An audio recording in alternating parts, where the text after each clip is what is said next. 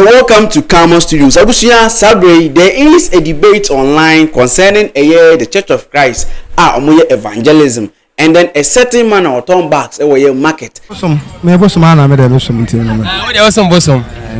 Now, Church of Christ, it me approach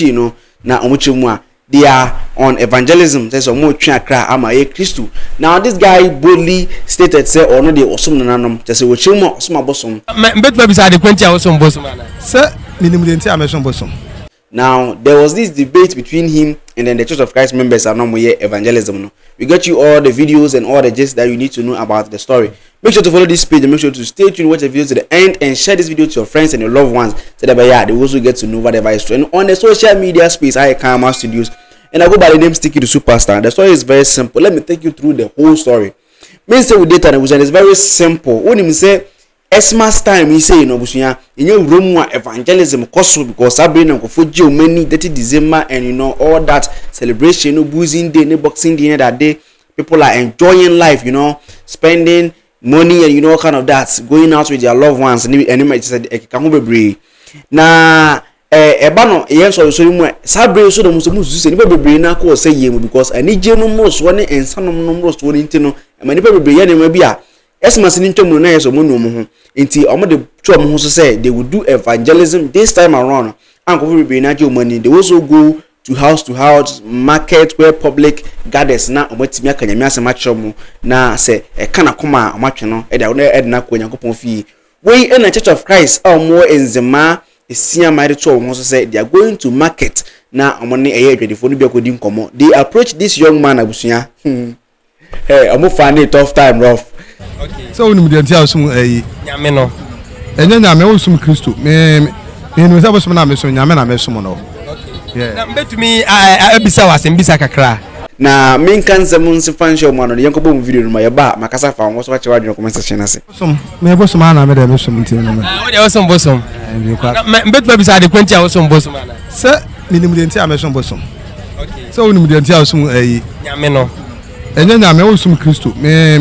no say bosom na me so nyame na me so no okay yeah na mbetumi abisa wasembisa kakra enti wosom bosom no tru nyame ana asese yes okay na nya bosom no ne nyame no anka wada horoma pesa odi wo se sam nyame som no okay wo sum nyame wonam Kristo so na sum Nyankopon meba okay nyame so me na mo se Nyankopon na me som no de hian se me na omi no yentem be wo na wado me na me so mado ne de tene ne ablabo atena sase so asa na che say eya wo the Bible no kan ho Bible no de enya no na mesua me de me hian ne say me ni report asase we so yentem be wo che say wo pasum dwe yeah me bibia be koso all right na enti ebe ye say anka bia ye no so besua difference a ewo bosom ene nyame bosom because I say Yakopon e wo tumi akwai say wa be wiase na Ghana ha wo hia de wo tumi ne ka Yakopon na be say me som no etu ka say nyame wo tumi me say nyame wo tumi ade no yo bo ade no ho asem na me kan me nka bibi fufuru bia de obo ade no so de so anya bosom dabi wo nam Kristo so na wo hunu Yakopon na obo so ni asase no e na me ne ya me na ma me hunu de obo so ni asase no e ho na minim na adentina nka ebia menimisa woni mobo ade no e na menimisa wogidi mebo a wogini di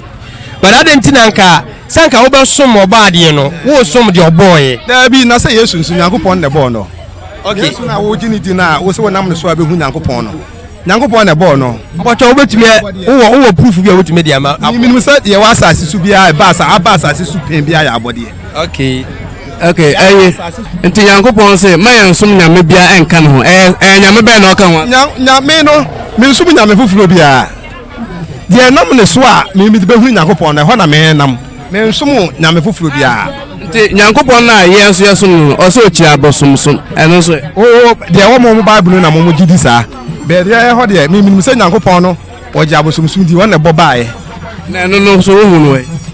me ba asasi so no ye tete na ye ho dadaada no ye tete na ye ho dadaada na ye beto sa na Abosom honom eni ye folo Abosom no mpe bone yo mo ati obeto ye ntina wo so wo dis say beto ye na wo nti nyame beto ye na me dis no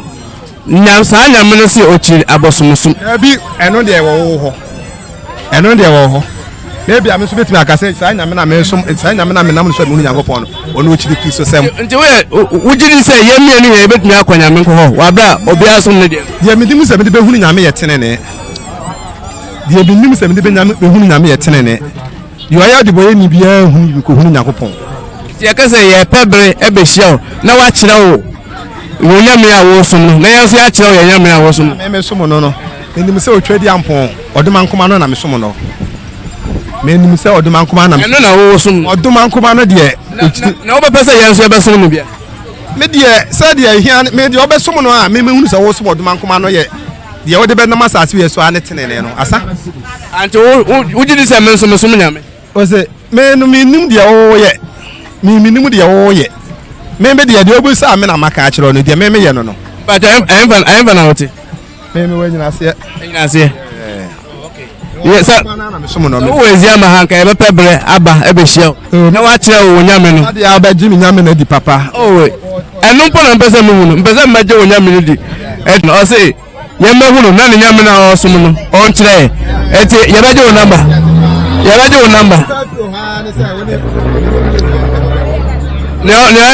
me say you oduma nkoma ne pa free nipa da sani wa se me no mienu ye ntembe wo na asomdua ba asase so ye dance o se froze ye frame na say ye dance me so me di ni set ti e be pe be hia na afi onyame no wa kire na enso ye be di nachi ni na ye pese ye ba o be che sa oduma nkoma na na say yo yate ye be pe be aba ho why This video is a video of this young man and now or no, and so I share any pure opinion. Now, one thing I like about the man is he was very honest. He will be a copy say, "Oh, we be a same we can create and coffee we na best sabotage me people watch us here." He stated emphatically that Abosom or some Nananom and no never toye na enya dia obi jai na he is not condemning Christianity, but Abosom Nyankopon from since Abosom na nkra brem no omo wo no to wo no say there is God. But aside say your own Nyankopon Abosom, you will quite be brow for so be alpha so some Nyankopon. Now, Muslims worship Allah through